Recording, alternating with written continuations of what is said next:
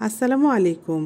আজ নতুনদের জন্য খুবই সহজ ও খুবই কম সময়ে রান্না করা যায় এরকম একটি সবজির রেসিপি শেয়ার করছি, আর সেটি হচ্ছে ঢেঁড়স ভাজি। ঢেঁড়স যে কি পরিমাণ উপকারী একটা সবজি তা বলে শেষ করা যাবে না। আর ঢেঁড়সের রং সবুজ রেখে কিভাবে পারফেক্ট ভাবে ঢেঁড়স ভাজি করা যায় কিছু টিপস সহকারে আজকে সেটি শেয়ার করছি। আশা করি নতুনদের জন্য খুবই হেল্প হবে। প্রথমে মিডিয়াম হিটে চুলায় একটা কড়াই বসিয়ে এতে 1/4 কাপ সরিষার তেল অ্যাড করছি। চাইলে এখানে সয়াবিন তেলটাও ইউজ করা যাবে। তেলটা গরম হয়ে আসলে অ্যাড করছি একটা বড় কোয়ার আস্ত রসুন। আমি পাতলা গোল গোল করে কেটে নিয়েছি।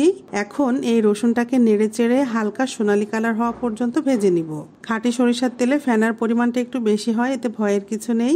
রসুনটাতে যখন সোনালী কালার চলে এসেছে তখন অ্যাড করছি স্বাদ মতো কাঁচামরিচ। আমি মাঝখান থেকে চিড়ে দিয়েছি। দিচ্ছি 1 কাপের মতো পেঁয়াজ কুচি, 1 চা চামচ বা স্বাদ মতো লবণ, 1/4 চা চামচ বা খুবই সামান্য হলুদের গুঁড়া, ঢেঁড়সের সুন্দর একটা কালার আসার জন্য। এখন সমস্ত উপকরণ খুব ভালোভাবে মিক্সড করে নিয়ে পেঁয়াজটা নরম হয়ে আসা পর্যন্ত ভেজে নিব। আমার আম্মাকে দেখেছি ঢেঁড়স ভাজিতে এভাবে একটু তেল, রসুন, পেঁয়াজের পরিমাণটা বেশি করে দিতে। আর এভাবে ভাজি করলে এই সিম্পল ঢেঁড়স ভাজিটা যে কি পরিমাণ টেস্টি হয় তা আপনারা যারা এভাবে ট্রাই করেছেন তারা নিশ্চয়ই জানেন। আচ্ছা, পেঁয়াজটা নরম হয়ে এসেছে। এখন আগে থেকে ধুয়ে কেটে রাখা ঢেঁড়সটা অ্যাড করছি। এখানে আমি আমার পছন্দ মতো করে 1/2 কেজি ঢেঁড়স কেটে নিয়েছি। ঢেঁড়স রান্না হতে সময় খুবই কম লাগে। এখন চুলার আঁচটাকে কমিয়ে মিডিয়াম টু লোতে করে দিয়ে সবকিছু ভালোভাবে মিক্সড করে নিচ্ছি। এরপর ঢাকনা দিয়ে ঢেকে দিচ্ছি 3 থেকে 4 মিনিটের জন্য। প্রয়োজনে নেড়ে দিতে হবে, খেয়াল রাখতে হবে যেন পোড়া না লাগে। 3-4 মিনিট পর ঢাকনাটা তুলে নিচ্ছি। দেখা যাচ্ছে ঢেঁড়সের মধ্যে আঠা আঠা ভাবটা এখনো আছে, আর এরই মধ্যে প্রায় অর্ধেকের মতো সিদ্ধও হয়ে গিয়েছে। এখন আমি নেড়ে চেড়ে উল্টাপাল্টা করে দিয়ে আবারও 1 মিনিটের মতো ঢেকে দিচ্ছি।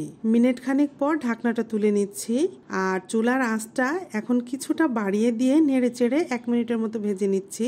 এর চেয়ে বেশি সময় ভাজলে ঢেঁড়সের সবুজ কালারটা নষ্ট হয়ে যেতে পারে, আর চুলার আঁচটা বাড়িয়ে ভাজলে ঢেঁড়সের মধ্যে যে আঠা আঠা ভাবটা আছে সেটাও পুরোটা শুকিয়ে সুন্দরভাবে ঝরঝরে হয়ে যাবে। আর ঢাকা দেওয়া যাবে না, এতে করেও ঢেঁড়সের কালারটা নষ্ট হয়ে যাবে আর খেতেও ভালো লাগবে না।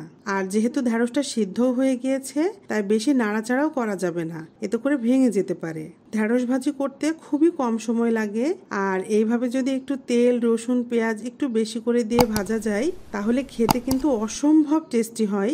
এভাবে করে ঢেঁড়স ভাজি করলে আমার ছোট্ট মেয়েটা শুধু এই ভাজি দিয়েই ভাত খেতে চায়, অন্য কোনো কিছু আর নিতেই চায় না। আশা করি আপনারা যারা নতুন আছেন আমার আজকের রেসিপিটি তাদের জন্য অনেক হেল্প হবে। রেসিপিটি কেমন লাগলো কমেন্টে জানাবেন। ভালো লাগলে চ্যানেলটি সাবস্ক্রাইব করার অনুরোধ রইল। আপনাদের সকলের সুস্থতা কামনা করে আজকের মতো এখানেই বিদায় নিচ্ছি। আল্লাহ হাফেজ।